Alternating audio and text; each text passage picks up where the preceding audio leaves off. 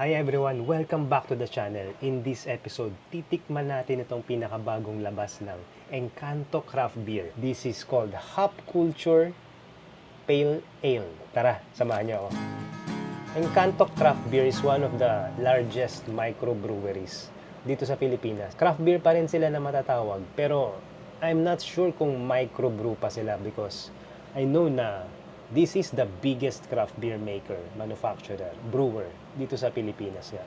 Marami silang mga ginagawang flavors ng craft beer. Isa-isahin natin meron silang Paint Me Purple Ube Lager. There's also Live It Up Lager. There's High Five Honey Ale. There's Green Lava Double IPA. There's Mango Nation Hazy IPA. I have tasted Mango Nation IPA and I've made a video about that. Check out this link if you wanna watch that video. Pero bago kayo pumunta dyan sa link na yan, panoorin nyo muna itong review natin itong kanilang Hop Culture Pale Ale. Ano bang ibig sabihin ng Pale Ale? It's very similar with Pale Pilsner.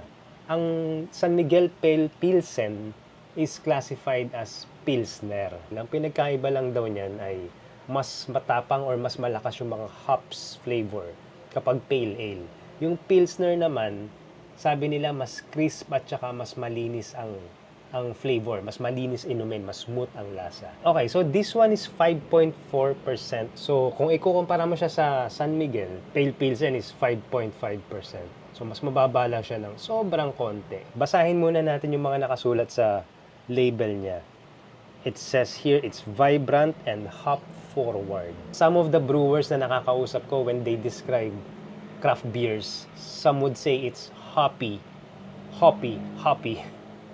H-O-P-P-Y, hoppy. Malakas yung hops. Or, some would say some beers are malty. Malakas yung malt. To be honest, I don't really know what they're talking about at hindi ko masyadong naiintindihan or hindi ko masyadong nalalasahan kung ano yung hoppy or kung ano yung malty. Para sa akin kasi basta nasasarapan lang ako sa beer. Okay na ako dun. Okay, ano pa nakasulat dito? It says here, a reimagination of our classic pale ale. This sublimely balanced hop-forward beer oozes tropical and citrus notes from Cryo Pop hops. Cryo Pop hops is the kind or is a specific variety of hops na ginamit sa pagbubrew dito sa beer na to. Let's see.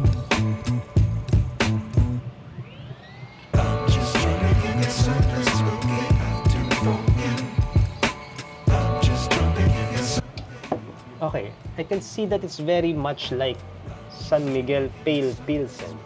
It's light golden ang kulay niya. Tapos, ang dami niyang bula. It's very fizzy. Let's smell it. Mas mabango siya than the normal Pale Pilsen. Inumin na natin. Cheers, guys. Let's go.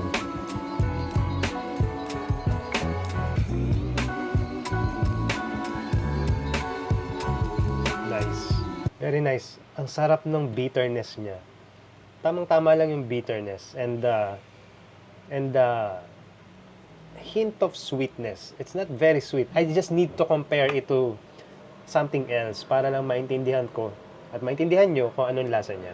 So kung ikukumpara siya sa San Miguel Pale Pilsen, because that's the closest I can think of, it's more flavorful.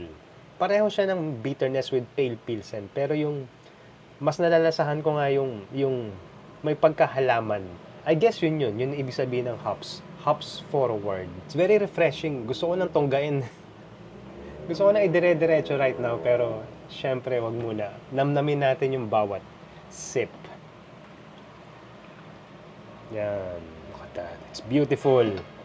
It's so beautiful. Okay, let's go. Let's keep drinking this. This bottle is 330 ml. Nabili ko to sa Landers.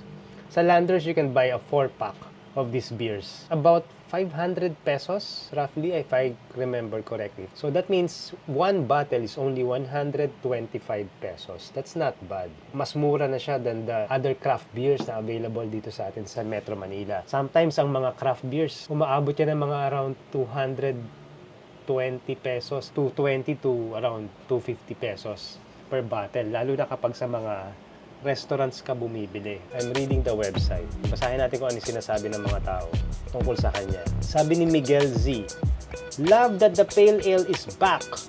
By far one of my favorites from the entire Encanto lineup.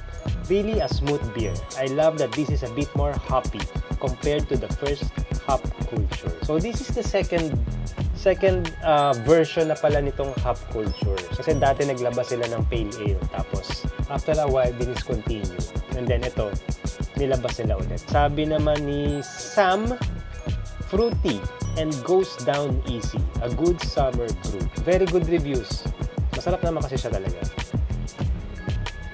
If you wanna watch more craft beer reviews, mga Pinoy craft beer reviews, click right here. Thank you for watching. See you in the next episode.